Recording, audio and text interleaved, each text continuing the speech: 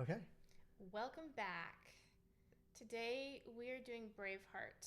We are Yes. still going to compare it to Hacksaw Ridge. We were not able to watch Braveheart and Hacksaw Ridge in the same sitting, unfortunately. Or Yeah. rather, fortunately, You'll get 2 probably. episodes. So extra bonus for you. Extra bonus for you. I have a ton of thoughts about the story, and Daeus also has thoughts. If I just rattle on and on forever and you have thoughts, please stop me. Go ahead. Yeah. Yeah, so it purports to be an historical drama. It rather lives up to the drama portion Mm-hmm. and rather fails to live up to the historical portion. We're not historians, so I guess all we should say about that is there's very little actually historically documented and known about the character, the figure, William Wallace. He's a lot larger in pop culture and popular imagination, partially due to this movie, I would Yeah. say. It's kind of like a Robin Hood deal, where like you have bits Okay. and pieces, Yeah. and I think there's a poem. Like there's one poem. Oh, really? Yes. Okay. I And don't know that much about it. I've heard that there are blatant contradictions with history. there are, yes. Um, So what is known or remembered or cherished about the legend is just enough to make it very sensational, very it's very appealing to the imagination. So it's a lovely story, but we cannot actually call it historical and Sure. be conscientious with our words. I don't think. Okay. Yeah. So let's give an overview of what we're going to be covering today, so people know what they're getting into with this episode. Yes. So my beef with Braveheart is that, as I said, it purports to be an historical drama, but it actually, I would say, falls into a category that's almost its own genre that I would call wish fulfillment fantasy storytelling. And everybody's familiar with this type of storytelling. Most people think of romance novels, which is like the feminine preferred version corner of Sure. this genre. Yeah. And this is more the masculine side of that, wish fulfillment. Right. And I think it depends a bit upon how you view it, because I think there's a good way to view this movie and an improper way to view this movie. So we're going to be approaching it from both angles. Yes. Yeah. So my exposure to this movie was when I was very young. Every male in my life who was anybody to me was obsessed with it. I remember hearing pastors talk about it from the pulpit, Oh, wow. or just to be in like church potlucks or conference tables, and more conference tables, I would say. Okay. Particularly like the old Vision Forum conferences, which were like religion and patriotism, and it was kind of the gold standard of what patriotism was supposed to look like. At least that's what I heard, like as an 8-year-old, like watching and listening to the men in my life talk about it and constantly reference it and celebrate it. And my dad had the sword from the movie, a replica of it. I remember Vision Forum in their catalog sold a replica of the Yes. sword as a collectible. Uh-huh. So that was the level of reverence that was given to this movie Okay. in my circles growing up. And then I think I was about 15. Finally watched it with my family and loathed it and did not know why. Okay. So that was kind of my Interesting. introduction. It was very idolized. Uh-huh. And I want to be talking about why that is, why that should not be, et cetera, et cetera. Okay. Yeah. This was actually my first time viewing it. I don't know why I hadn't watched it particularly. Maybe just very graphic. My mom would not have wanted to watch it when I was young. This podcast is not an endorsement of the movie. Sure. Yeah. In general, yes. We actually filtered like 2 or 3 scenes out of the movie. A decent amount, yeah. And so, yeah, anything we mention in the podcast, probably over half of it, most of it will be relatively family friendly. But there'll be some stuff you just never just assume that because we do an episode about it, it's perfect to watch with anybody. So that We just probably actually should give a content warning for this episode. If you have young kids and you like to listen aloud, there could be some sensitive topics. Sure. Yeah, we won't get super graphic, but thematically it could be a little bit heavy. Yeah. So, from my first impression, first of all, I was like, oh wow, this is definitely an older style movie. Reminded me a bit of like 7 Years in Tibet, or like Ben-Hur or something like that. Vast armies of extras, which is so cool to watch, and a very slow start, very scenic. Extremely slow. Quite a slow start, yeah. And which is a vibe. It's kind of nice from the image standpoint, just watching a lot of scenery and all that. But it wasn't paced like a modern movie would be. So I noticed that first, and then You're honestly, you're so technical, babe. I am. But honestly, there was not a whole lot thematically I picked up on it, which was a bit surprising because normally I have lots of thoughts first time I watch a movie. You'd also been hearing me yell about it for Yeah. months. So I was like, You were probably expecting something really on the nose. yeah. So it wasn't that way. And honestly, I had thoughts at the end, but not a lot. But talking to you afterwards, I realized there's actually more to pick up here than you might initially think. Because on the surface, it's a very simple story. Very. There's most of the story is choreography of fight scenes. Yeah. Like the dialogue, the interaction between characters, the important choices they make. There's not a ton of them. It's mostly choreography and scenery. Mm-hmm. But And what there is, granted, it's Scotland, so it's beautiful. it is. Yeah. Yeah, you want to visit Scotland afterwards. Yeah. Anyways, so I'd say let's start at the beginning and how that sets things up, which is important. I actually missed the importance of the earlier scenes because they're so slow and first can seem a bit detached thematically from the rest of the story. Mm-hmm. Yeah, okay, so we start out with William Wallace as a young child on the Scottish Highlands, and it's Edward Longshanks is King of England, and he calls this meeting of the Scottish nobles purportedly to barter a truce, and he murders them in their pages, and it's just set up as this very cruel, tyrannical king, and William witnesses the aftermath of this as a young child and is severely traumatized, and then His father and his brother go off to resist, to protest because of this act of violence. They are brought home dead. More trauma for young William. And then he's taken off to live with his uncle Argyle. And his uncle Argyle shows up, and he's obviously a Scot, but he's like an intellectual Scot. Yes, he's like a Romanized Scot. He's like a Roman. He's like a Romanized Scot. He's like, you don't speak Latin? Well, we'll have to remedy that to this 10-year-old kid. Yeah, he learns to speak Latin, French, all these languages. Yes. Travels to all over Europe. Goes on a pilgrimage to Rome. Yeah. William, as he's growing up, this is what's happening for him, and it reminds me of a lot of those old stories about like Britons trying to resist Romans, and then they learn from Roman tactics, and they are able to resist them better. A little bit, Or yes. like even Alfred the Great, or people like that, real historical figures that learn from the Romans, and they become more cultured and better at battle tactics, and then they become the hero then. Yeah. So in these early scenes, there's a couple key thematic points that are hit repeatedly. William, when he's young, he wants to go with his father and his brother to protest this act of violence, and he's like, I can fight. And his father says, I know you can fight, but it's our wits that make us men. And he That's right. Yeah, taps William on the forehead. So there's this contrast set up, like, yeah, anybody can swing a sword. Yeah. But wisdom, cleverness, cunning, these make you a man, these make you a warrior. And then that's kind of harped on again with Uncle Argyle. Yeah. He says almost exactly the same. Almost exactly the same thing. He's like, learn to use your head, and then I'll teach you to use a sword. Yeah. And then William is removed from his very rustic, somewhat barbaric, arguably very barbaric surroundings, and he's taken out and he's educated, and then years later he comes back.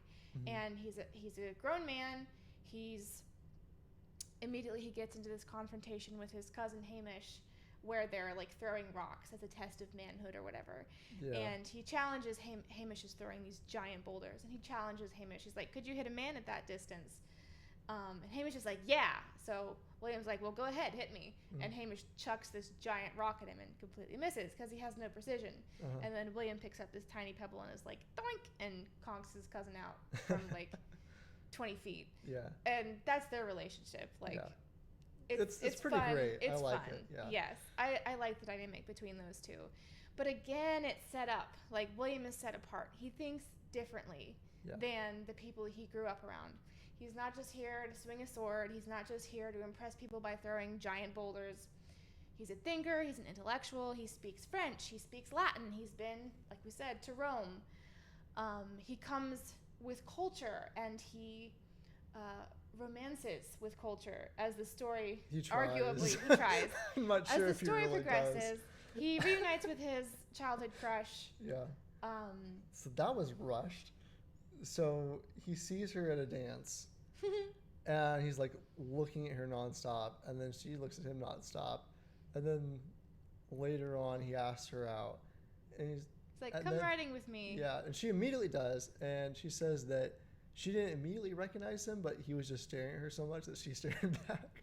Yes. And then they like instantly fall in love after, though she doesn't know him except from when he was 10. Yeah. And hasn't seen him since. Yeah.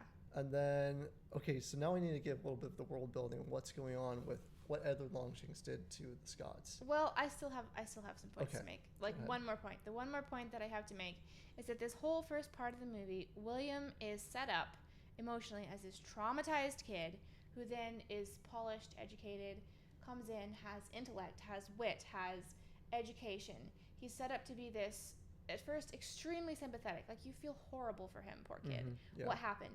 And then very admirable. Like, more admirable than his surroundings, more admirable than his family, than his companions. He is superior to them because he's educated. He doesn't think like they think. And so he's set up. These are very common, very emotional story points to hit when you are garnering sympathy for a character. Like, regardless of the character's actual character or personality or deeds. Yeah. Like, if they have a really sad backstory as a kid, and then they have this very, like, elevated, polished demeanor. Yeah. They have the appearance and presence of education and nobility.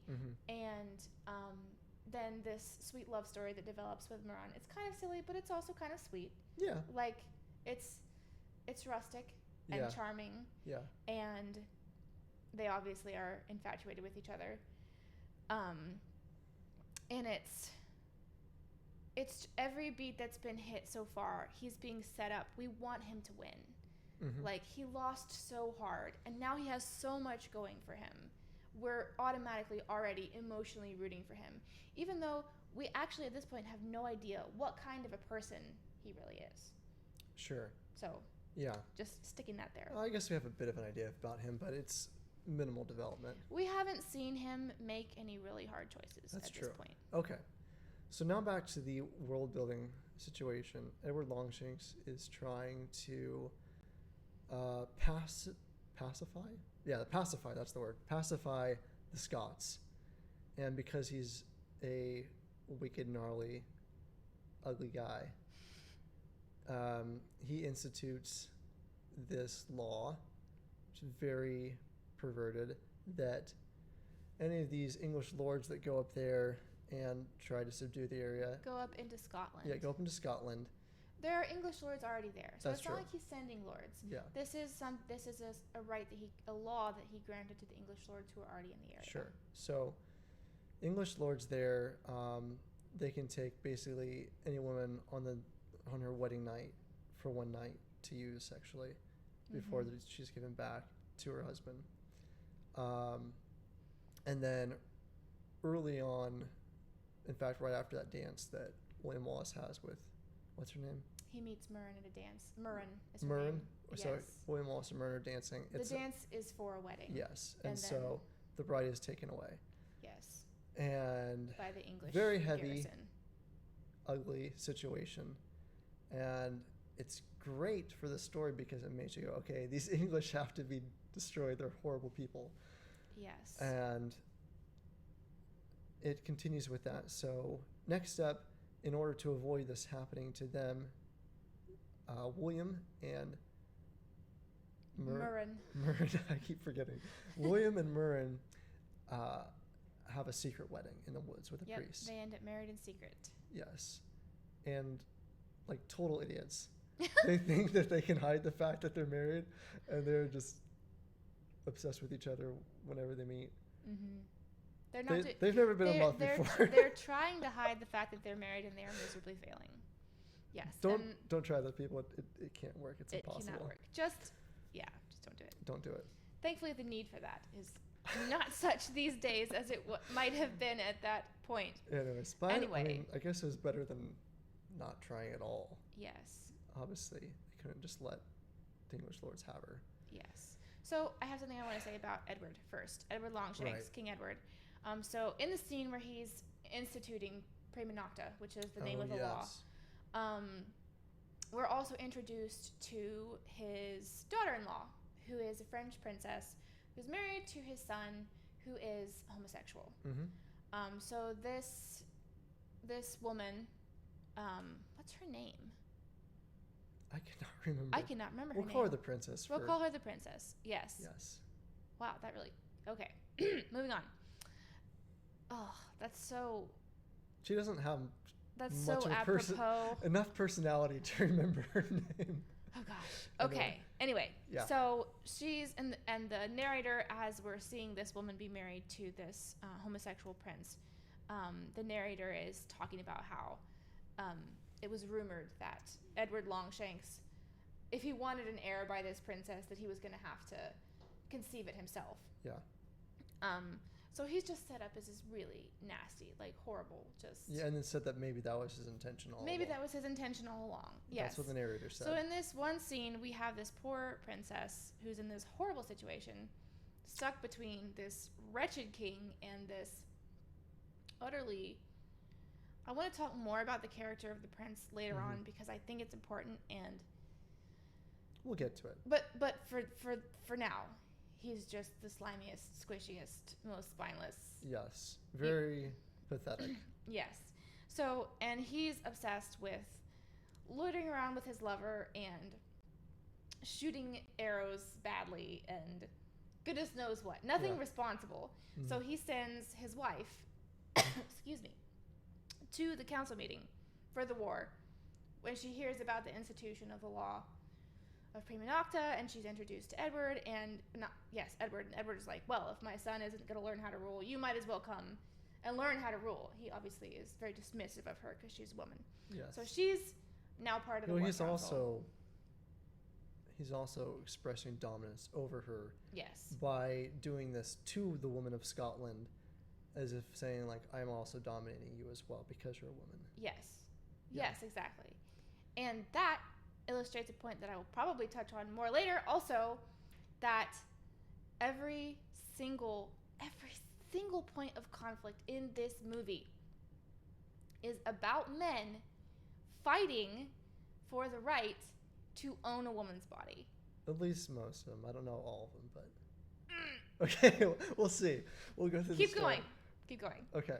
So anyway, you're talking about Wallace and Murren. They're secretly married. Yes. They're not good at hiding it. So, they catch the eye of an English soldier. Yes. English soldier who's been shown to be very nasty notices this. He gets this wicked grin. And basically he goes and he tries to sexually assault Murren. Yes. And she bites his face and he's screaming, and Wallace hears it. He runs to the rescue.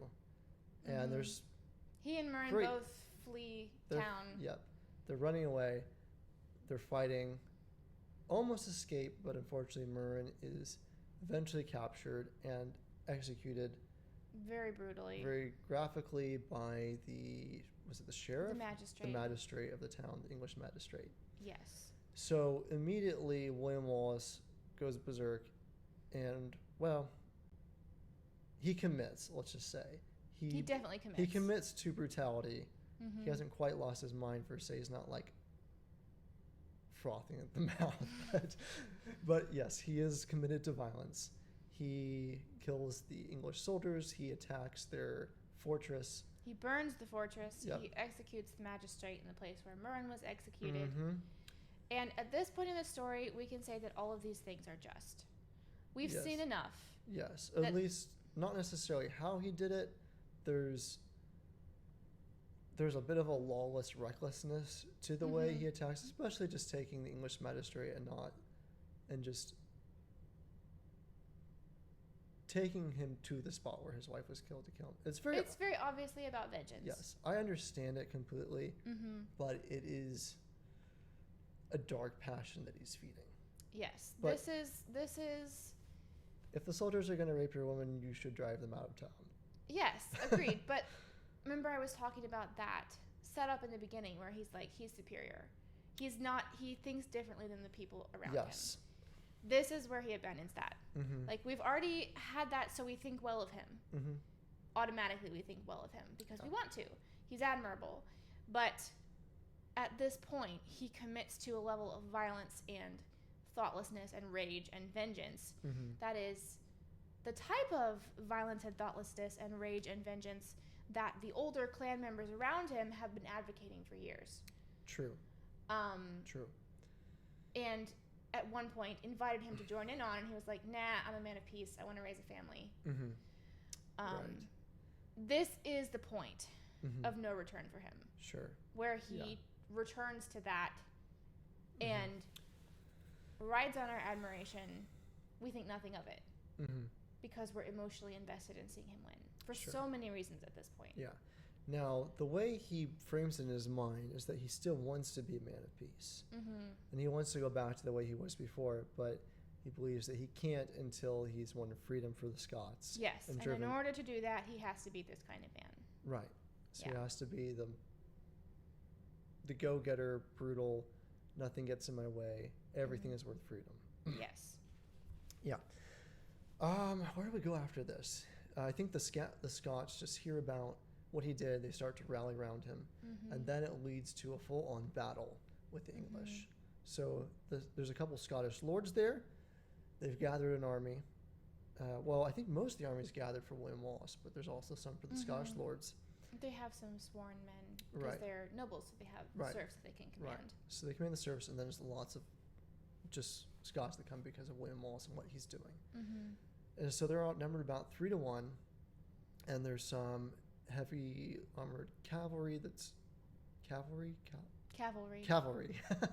The V comes first. Yes, cavalry that's going to charge them. So some of them are starting to break ranks. They're discouraged, especially because the Scottish lords are talking about negotiating, and they're like, we didn't come here to negotiate. We came here to defend our land. Presumably, yes. Yeah, that's what they wanted to do. And so William Wallace rides in. He rides up into the peace negotiations. Is extremely rude, totally wrecks and ruins them. Yes. Well, he denies the terms of peace from the English. He tells them he has terms of peace and that they have to, everyone go out of the land. And stopping at every cottage to apologize for years of rape, theft, and murder. Yes, they have to humiliate themselves along the way. Yes. And other even more humiliating terms that we're not going to repeat on the podcast. Yes. So he wants them to humiliate themselves on their way back as they leave. Otherwise, he's going to kill them all. Those are his terms. Those are his terms. And he does a good job doing what I think needed to be done to some degree in asserting command, because the Scottish lords were not commanding well. No, they were not.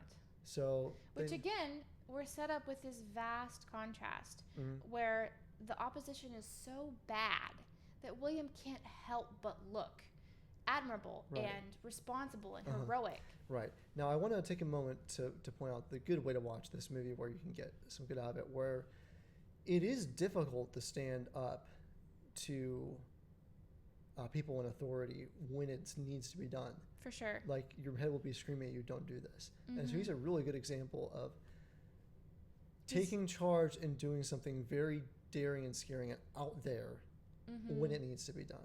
Agreed. So that's very noble, and you should learn from that. Yes.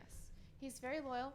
He's very single-minded. Yep. He has just bucket loads of courage. Yep. He really encourages the Scots, gets them roused up, patriotic, and fighting for what they really believe in rather than scared for reasons that will only hurt them in the long run. Yes. He's like, you can have peace for a little while and die enslaved. Yeah. Or you can maybe die now with the very real possibility of a free future. Sure. If you don't. And if you do, at least for your children. Yeah, which is a great speech. It is. It is a very good speech. So we don't have anything to criticize about that. It's good. And then as the battle goes on, he shows the one really good use of his mind, where he fights with his mind and not just with his rage, which is where he creates like 1,000 of these wooden spears beforehand. Long, I don't know, 15 foot. Twice as long as a man. Yeah, I guess that's only like 12 feet. So 10 to 12 feet. Anyways, 10, 12 foot wooden spears that they all hold up when the cavalry charge. Yes, and the cavalry basically impales themselves on this wooden thing. I guess they weren't expecting that. No. That was a really good tactic. Yes, I wonder how historical that was, because people definitely did that. They did, yes. I'd say before his time for sure. And of course, pike regiments come from that sort of thing. Yep. Anyways, good tactic. So they end up winning the day. Not by a long shot, but they definitely win. Because of his cleverness and because of his boldness, he carries the day. He's knighted. He's introduced to these Scottish lords who are just squabbling about every little thing.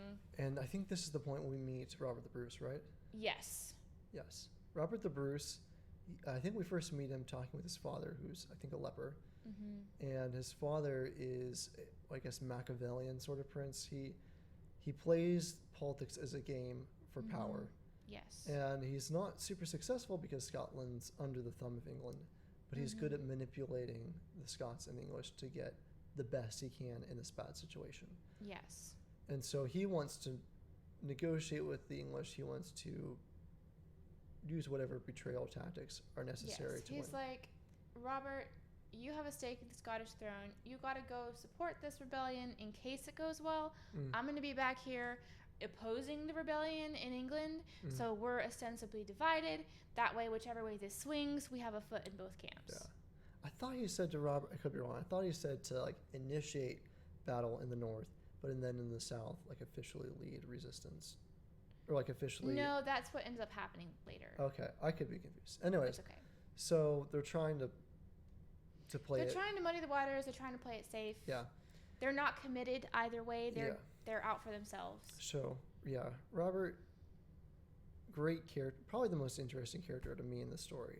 Acted well, really moving. He was the only one who had any internal conflict.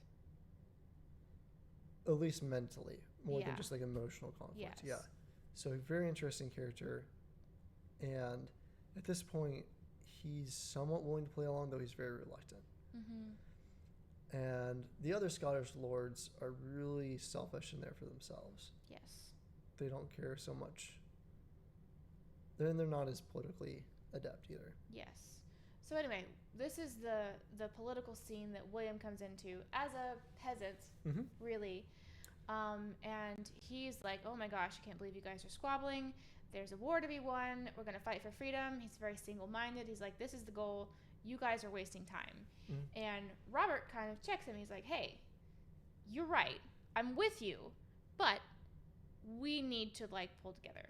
Yeah, we need the lords on our side. You can't do this all by yourself. Your heroism and patriotism, great, love it, love to see it. He calls him back to that intelligence that is so vaunted and so lacking thus far in this character. The interesting way this goes is that you can see in his eyes that he's doing it partly from fear. Robert's doing it partly from fear. He's being like, I'm being the sensible one. We need to think this through. And William Wallace is on the other side like, no, this is the time to be a man, to be courageous, to do what's right. You are hiding behind sensibility as a shield, and you are not doing what's right. Yes. And so that gets Robert's gears going in his head. Yes. And it's a great moment for William. It is. Yeah. So I think at this point, William Wallace invades York in the English Yes. northern Well, okay. border. He's. Yes. No. Correct. Yes. Yeah. So he's like, hey guys, I don't want to be part of this squabbling. I'm going to show you that your paradigm is completely wrong. You're like, we're the ones being oppressed. England's got us. We just have to make peace. We got to compromise, get the most out of this we can. Mm-hmm. For themselves, selfishly. Not for Scotland, for themselves. He's like, you guys have no faith in yourselves. I'm going to show you that what we can do by going and attacking a city in England. Yes. So he invades York, which I think is on the northern border. Besieges it, sacks it. Yep, he cuts off the head of the king's nephew. Yep. Sends it in a basket with Sends a letter. It to the palace. And we get this scene between Edward Longshanks and his son, where Edward had gone to France and he had left the quelling of the Scottish rebellion to his son. Obviously, didn't work. And so he comes back. He's very angry with his son, and he meets with his son in this little upstairs room, and his son's lover is there. And his son's lover comes forward and endeavors to give like military advice, and Edward is like, "Who are you?" And his son's like, "Oh, I've made Philip is his name, the head of my some war council or something." Yes, war council. And Edward is like, "Oh," and then he promptly throws the guy out the window. And falls to his death. Who falls to his death, yeah. Yes. The prince's lover falls to his death. And the prince pulls a knife on Edward and tries to stab him, but gets kicked down and is like lying on the floor, whimpering like this. Like the coward that he is. Yeah. And I want to talk about this scene because, okay. I mentioned briefly before how one of the ways that this movie uses emotional storytelling tactics to get us to root for William in questionable situations is that the opposition, like the opposite of William, is so bad. It's so bad. So in the case of William and the prince, William is the epitome of manhood, and this prince is given as the antithesis of manhood. He's homosexual. He can't even father an heir. Like, he doesn't want to. And he's just a coward. He's just a coward. He's spineless. He's a fop. He's cruel. That's like the only impetus that he has to ever do anything is from an urge of cruelty. Yes, but he won't even do the cruelty himself. He does have others do it. He has to send other people to do it. And okay. How shall I say this? So it's a bit of a straw man, is what you're saying. It is a straw man. Yeah, it's like William appears to be this shining image of manhood because all of the men around him are beasts, basically. Yeah. And one of the traits that is held up brightly to be admired in William is his single-minded devotion to what he believes is the truth. The truth worth fighting and dying for, which is freedom.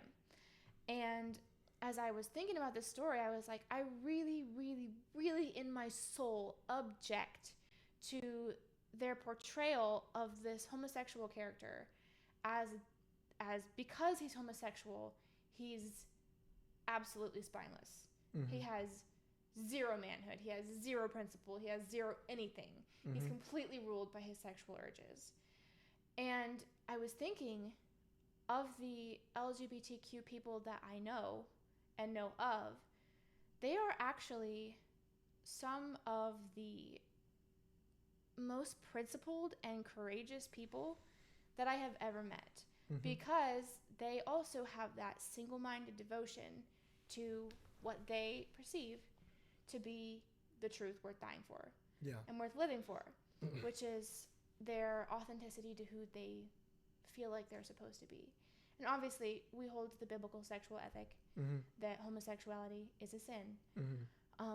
But I think we also need to be able to recognize the insane amount of gut and grit and gumption it takes for you to decide whether it's you're sexually attracted to the same sex, whether it's you change your gender, Mm-hmm. like or sexually attracted to both sexes, whatever it is, whatever you decide is your guiding light in life, defines you, is your identity, the insane amount of grit and guts it takes to actually live for that Mm-hmm. in the face of the expectations of your entire family, often of your entire community. Mm-hmm. It's wrong, it's misguided, it's very sad, but it takes an insane, like, most of the Christians I know have never had to risk that level of isolation and persecution Right. from their family, from their communities, even if they convert to Christianity and their family is like, I don't know. They have their church family to fall back on. Yeah. I mean, well, in the homosexual community, they have their homosexual community. Yes, that's definitely Yeah. grown a lot more Right. in the past 10, earlier 15 days, years. not so much, but now it's very strong. Yes. Well, I guess in the early days, there's always been the community there. But. Yes. So as I was sitting here pondering this, Mm-hmm. I was like, okay, this is just one of the many ways in which this story completely divorces from reality. Right. I want to Go ahead. point out, it's not like completely divorced from reality, because you do have characters like this in real life. Like, I for agree. instance, I mentioned Nero. An Yes. obvious example was a lot like this character Mm-hmm. in almost every way, except worse. But the problem is not so much that this is divorced from reality, is that it's not right for the story. Yeah, well, it's exactly what the storyteller wanted. Yeah, Because well, okay. what the storyteller's goal Yes, was to set William up right. And to so, be as admirable as possible in every possible light, yeah. regardless of William's character or actions. Mm-hmm. Yeah. Because all your other alternatives are disgusting. Mm-hmm. Yep. Which, if you have to do that to make your hero heroic, questionable. Yeah, you're not trying very hard. You're not trying very hard, or you don't understand what heroism actually is, or Sure. what an admirable person actually looks Mhm. like. Anyway, so there's that, Mhm. and then there's what I mentioned earlier about every single point of conflict coming down Mhm. to a man's ability or inability, right Right. or lack of right, to own a woman's body. Which brings us to what happens after the sacking of York, which is that Longshanks is thinking, what do? I need to get William to back down. I need to give him a bribe, basically, Mhm. offer him titles, money, and such. He's like, well, my son can't handle this, and I don't want to risk getting my head cut off, so I'm going to send the princess. Lovely. And beforehand, she has this talk with her, what do you call it, her lady in maid. waiting. Yes.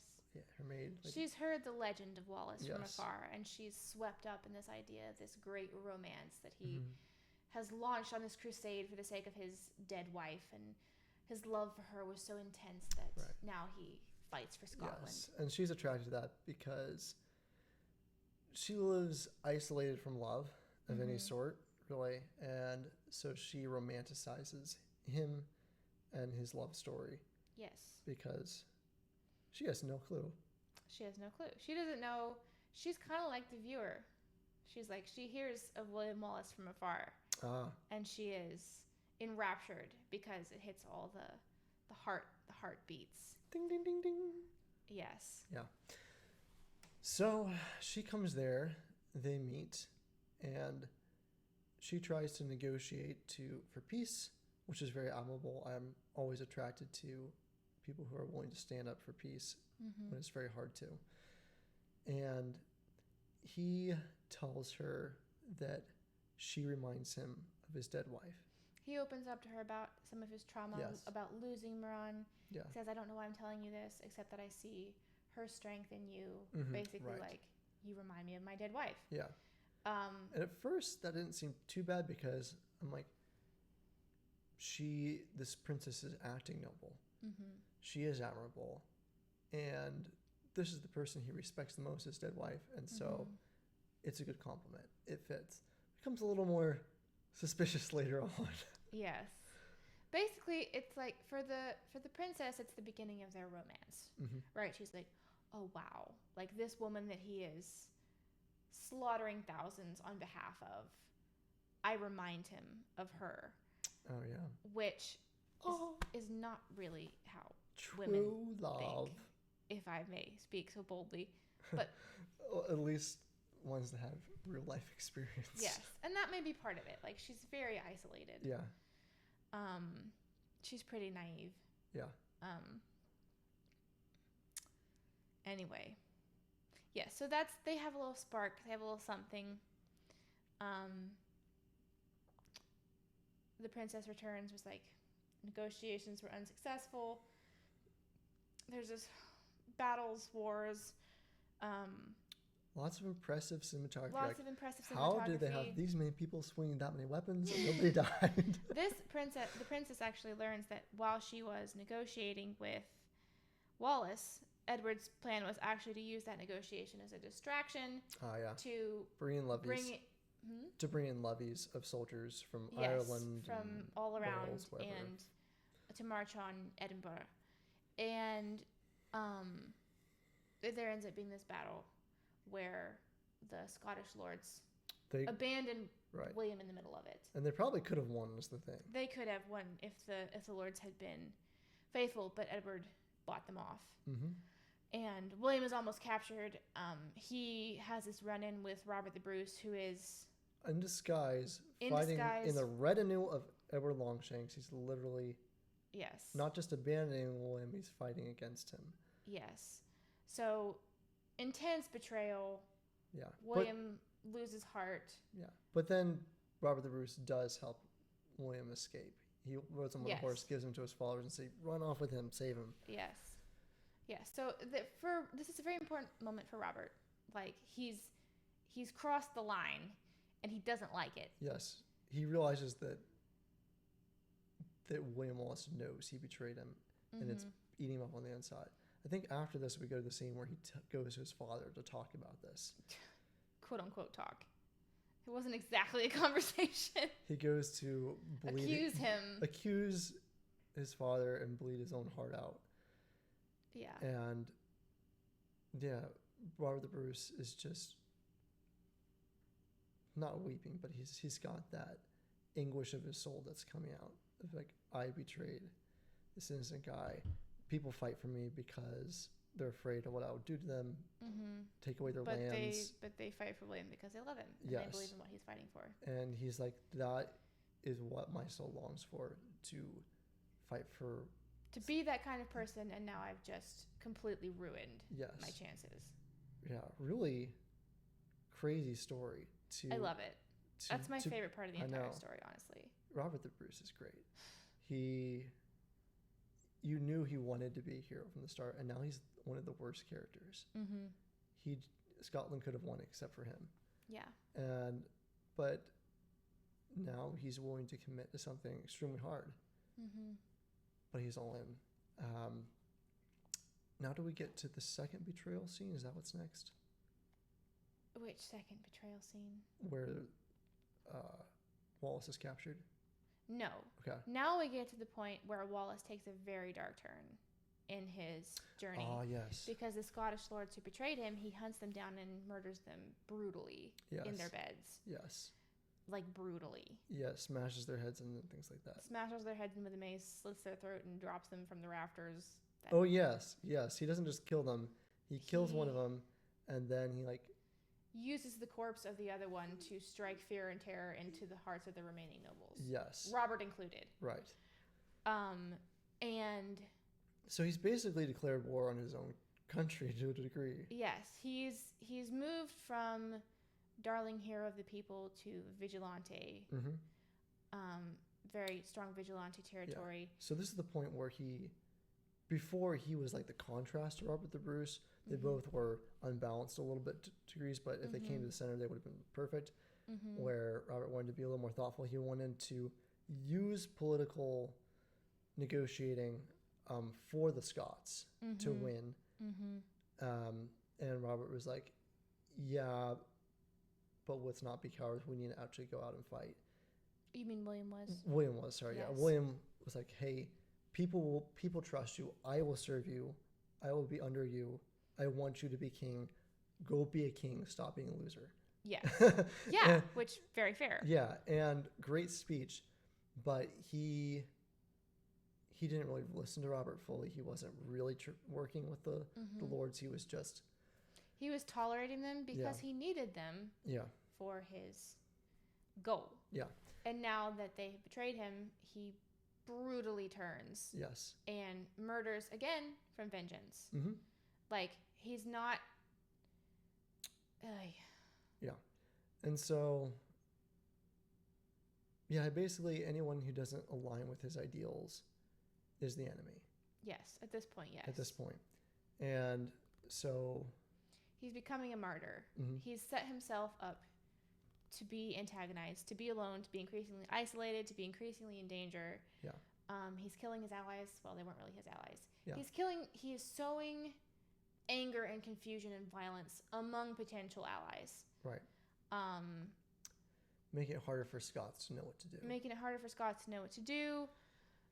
Creating confusion, creating infighting. Mm-hmm. He has his little ragged band of loyal followers, but they worship him regardless. Mm-hmm. And so do the viewers at this point because, again, William is held up as a hero. Yeah, and the lords who betrayed him are kind of pathetic. Yes. Like the one who gets killed in his bed, it starts off with a scene of him having this nightmare of William coming to kill him. Yes, and then it literally happens right after that. Yes. And he's just kind of there whimpering, feeling afraid. Yes. And you're like, well, dude, you're feeling that because you're guilty. Like, you should be having this nightmare. And then it actually happens. And then so after you're like, well, you should be fearing this, it makes you feel unsympathetic towards him, and then he gets killed. So and then he gets killed, and you're like, well, he had it coming. Yeah. Which he did. Yeah, he but did. again, when the hero is doing extremely villainous actions in the name of his cause, in the name of his heroism, and he's still held up as the hero by the story, which he is, because at the end, he gets his martyr's death. Spoiler alert, in case you didn't know. At no point is this condemned. At every point, he is still set up to be this epitome of a man. And all of his rivals, all of his enemies are weak in some way. They're pathetic in some way. They're losers. They're less than. They're barbarians, or they're selfish, or... Even though they are both acting in barbarous ways, the barbarism of the Scots that are meant to be despised is very nasty. It's like, oh, they're gluttons. Oh, they're fat. Oh, they're selfish and petty, and they can't think beyond themselves, and just the nastiest ways that selfishness reveals itself in mankind. And then William over here, equally barbaric, equally selfish, equally self-focused at this point, acting purely from a desire for vengeance. Well, wouldn't say purely. I'd say it's a corrupt. He wants to free the Scots. He cares more about his people than the lords do. So it's not purely selfish, but he wouldn't really be doing this. At least not in the way that he's doing it. Yes, at least not in the way. Yeah, it's not. Yeah, his selflessness is corrupted by his selfishness. Yes. Even his very selflessness much so. is tainted. Yes. Yeah. And so he's acting from just his animal impulses, but they are the more, I guess, overtly admirable. They're epic. They're epic. That's the word. Epic. It's like the Iliad, where you got all these people just fighting, killing each other, but it's fun to read because it's epic. It's epic, yeah. Yes, that's a very good way of putting it. Yeah. For sure. Yeah. Then is the betrayal? Then Edward lays all these various series of traps to try and catch and assassinate William. Oh yeah, most of them don't work. Most of them don't work. The princess warns him of a couple, or one, and then he goes and meets with the princess. They have this liaison in... Oh, yes. Okay. Yes. So they have this sexual encounter in this hidden bungalow in the Scottish lowlands or whatever. Right. It was kind of funny because that was not funny. One of the scenes that we filtered because of explicit sexual content. And I was like, I wasn't really used to using filters before. I'm like, it'll probably just show us everything up until it gets really spicy. And I was expecting to be more dialogue, more floor play and stuff, and then just like that skipped really quickly. Yes. They don't have any idea how foreplay works. Okay, definitely content warning. This is not for children. Anyways. Yeah, so he shows up. He's like, "Why did you save me?" And she's like, "Because you look at me like you're looking at me now." And then he passionately kisses her. And then the scene cuts like right and there. then the scene cuts like right there. And obviously silly. Yeah. Okay, to me, gross at this point, because the only involvement that they had prior was him telling her that she reminded him of his dead wife. Right. And with whom he is still obsessed. Like, he has dreams about her. He's statedly fighting for her. Like, Muran is still his guiding light, his star. He's still in love with her. He's still, in his soul, in his heart, she is his woman. And for him to involve himself with this princess, not for her own sake, not because she's a person, not because she was noble and did something admirable, but because she reminds him of his dead wife. It's just gross. It's disgusting to me. And this also comes down to what I was saying about the test of a man, the men fighting over the heart of the story, the conflict being over, like, the ultimate prize is using a woman's body, essentially. And if we skip to the very end of the story bit, this scene is shown to be kind of the way in which he defeats Edward Longshanks, because he's not ultimately the one who frees the Scots. He becomes the kind of rallying cause for the Scots, but he doesn't defeat them. However, it's stated near the end of the movie that the princess got pregnant through this encounter with William Wallace, and she taunts the king as he's dying in his bed with this fact, saying, "Your bloodline is ending. Basically, the son of your mortal enemy is going to reign on your throne. Yes. Your prince is too weak to lead. Yes. You're just about dead. Yes. William Wallace's son will be on the throne." William Wallace, who is the superior man. Right. He's the superior man to you. Who impregnated me because he's the superior man. Yes. And who I am proud to have been used by. Right. Because he is the superior man. And after they had their sexual encounter, she just shows him riding away, and she's kind of watching, and very like, okay, now that it happened, no expectations. Yeah. Very casual sex. And then there's a scene of her, like, basically touching her belly, like, excited to be pregnant. Very excited to be pregnant, dreaming about their encounter. Yes. Dreaming about Wallace. So. Adultery. That's the type of movie this is. Yes. And again, our gut instinct is to root for it. Because we want the princess to be loved. We want her to be pregnant because she wants to be pregnant. All these other horrible subpar men are showing their subparness by not impregnating her. It's so twisted. It's so twisted. Yeah, I think it's pretty much implied that the king couldn't. The prince? No, the king. The king? Is it? I thought. I could be wrong. Okay. Anyways. Who knows? He was dying. Edward at this point is dying of consumption. So. Yeah, but on the optimistic way to view this is that while it does not reflect well on William Wallace and his story, it is really poetic justice for the king. And he got what he should have got. It was like the perfect sort of judgment on him. That he didn't care about anything but his legacy and his power.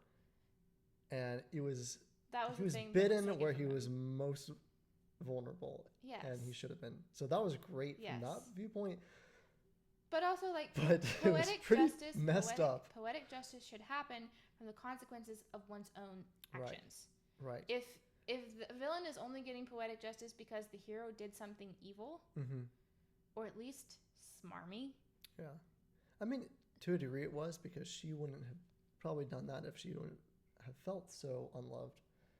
But it really is more William Wallace's actions that cause it than the villain's own. So it's not perfect poetic justice. Yeah. So then, more fighting, more battles, more vengeance. Eventually, the king, Edward Longshanks, lays a successful trap. He gets Robert Robert the Bruce calls William in to a meeting Yes. with the other Scottish nobles, And not realizing that the other Scottish nobles have been paid to trap William into an right. So they So Robert's intention in this was pure. right. They mob as they're about to meet. They mob William Wallace in front of him. He freaks out, is in a rage, tries to run in and save him, gets clobbered with clubs, but he's fighting just very manfully to save William. Mm-hmm. But he's outnumbered. He's unsuccessful. Mm-hmm. He goes and enraged to his father, asking how could he do this, because he knows he's involved. Yeah. And he wishes his dad was dead because he's his enemy basically, and he's like, this is it.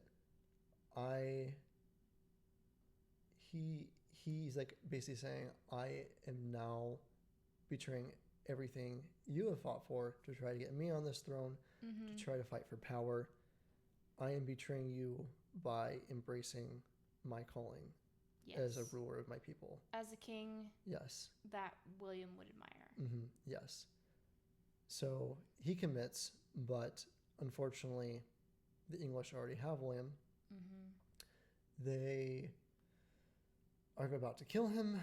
They say he can die quickly if he repents and confesses that he was a rebel against a gracious king, all this stuff. And which, of course, William refuses to do. Yep. And he has this whole martyr scene where he's being tortured, and he's like, he's just supposed to ask for mercy. Just ask for mercy. Just say the word mercy. And instead of mercy, he says freedom, and then he dies. Yeah. Which is it was very moving. Yeah. And I've only seen, I don't know, 2 or 3 torture sequences in film. Yeah. Which is probably a good thing. It's hard to watch. But I think there's another good way you can view this film, is to remember that while the movie as a whole may not be historically accurate, this is the type of thing that has and does happen throughout history. Yes. A lot. Yes. And it's often with great lasting impact. I mean, obviously, right. Wallace's death was historically the catalyst for Bannockburn and Robert's ascension to the throne and all and of it's that. Just, I think it's crazy, it's unthinkable, but also important to realize that humans are capable of this, that they do this. Yes. And there's a lot of... That most of our heroes, if you went back and actually looked at their lives... Well, I'm not talking about William Wallace right now. I'm talking about the people who tortured him. Go for it. The people who tortured him and the torture that went on there. Insane fiendishness of it. And even you think of some of the crazy, awful movements like the Nazism, and how you would think that all those people were born as like literal demons, but a lot of them were very ordinary people, and they were caught up in social pressures, in ideologies that left them without a soul.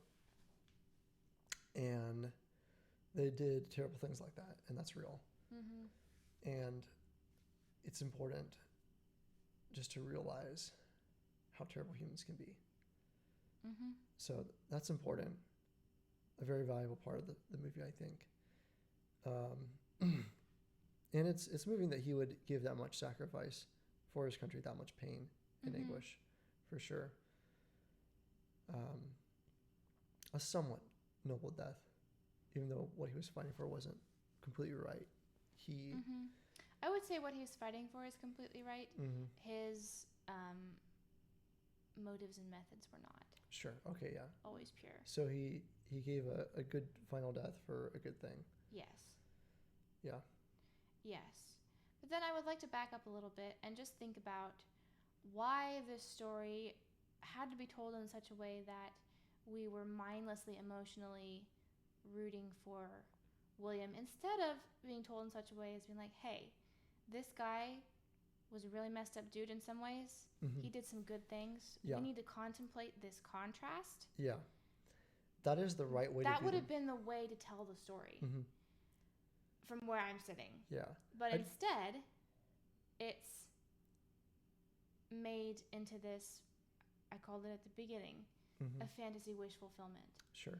And unfortunately, even if you go outside of fiction to history, that's how a lot of history is written. Yes. Whatever conflict you have, you'll have historians on either side writing this view of these heroic people doing bad things and being heroic doing it. Yes. Or they whitewash what they did and Yes, pretend like it but didn't I'm happen. not done talking, so shush. Okay. Go ahead. I love you. Shush. The fantasy wish fulfillment part, I need to talk about that because people may not see where that's coming in. So William is held up as this epitome of manhood, and because he's the epitome of manhood, he is rewarded with women. Mm-hmm. He gets to have sex with women. He gets the admiration and single-hearted devotion of quote-unquote lesser men. He gets to set himself up as his hero. He knows Latin. He gets to give all the quippy remarks back to the people who underestimate him. He gets to completely ruin and destroy his enemy's legacy with his own legacy through sex. Mm-hmm. It's just this really messed up picture when you step back and look at it. Mm-hmm. But the people that talked about this story around me, Mm-hmm. they were like, yeah, William Wallace, we all need to be that kind of man. Yeah. It was taken, and this is probably pretty reflective of the circles that I grew up in. Yeah. Not gonna lie, but it was taken as an aspirational story. They wished that they were him. Yeah. And they aspired Mm-hmm. to William Wallace, to that stature. And I want to talk about, just briefly, about how women's fantasies and romance novels are another conversation for another day. Mm-hmm. But women in general, in fiction, fantasize about receiving love. And men in general, in fiction, these fantasy wish fulfillment stories are usually war stories.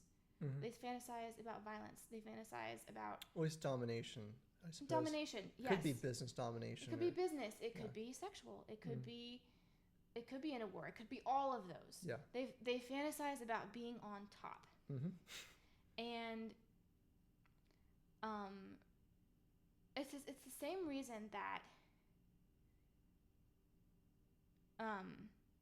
it's mostly men who watch bodybuilding competitions. Right. Like, women don't actually find that attractive. Uh-huh. This is not a hero that is for women to look at and say, wow, what a man. Mm-hmm. It's for men to look at and say, wow, power, dominance, what a man. Mm-hmm. And so I wanted to mention that because that's how it was taken in the circles that I grew up in. Mm-hmm. And I feel like its lingering cultural impact is very positive.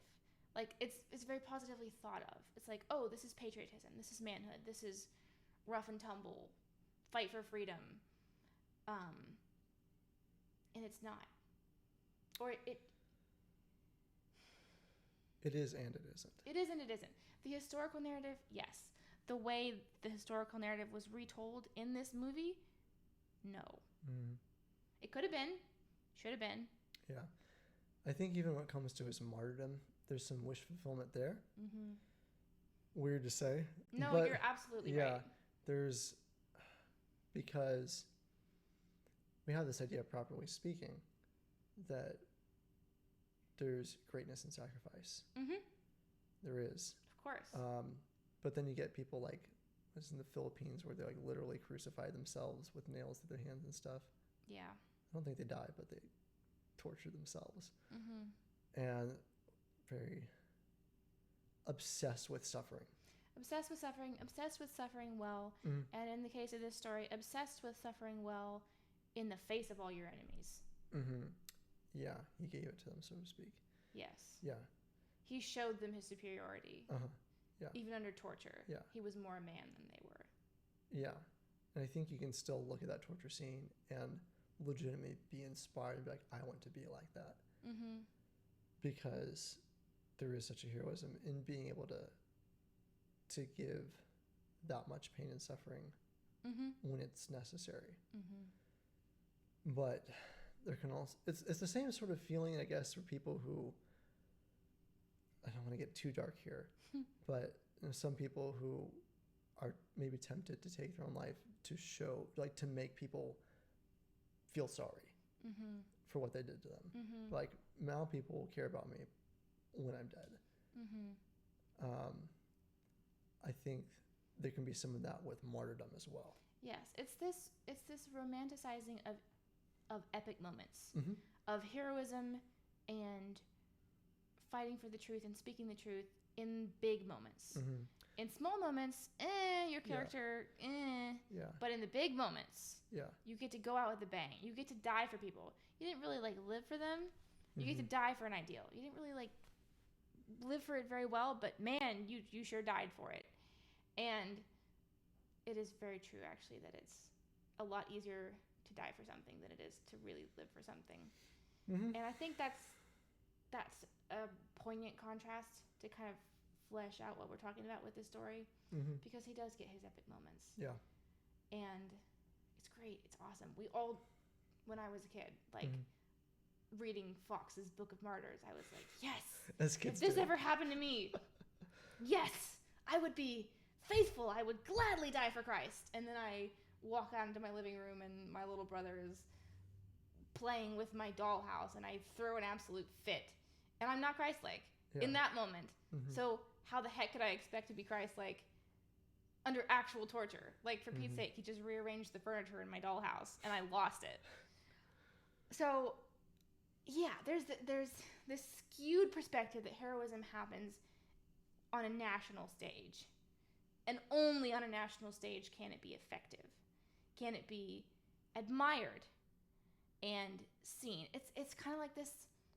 It's almost like this idea that heroism is not heroism unless it is seen, unless it is witnessed and admired, unless you subdue other people to your worship or admiration. And I think men and women are both guilty of this in different ways.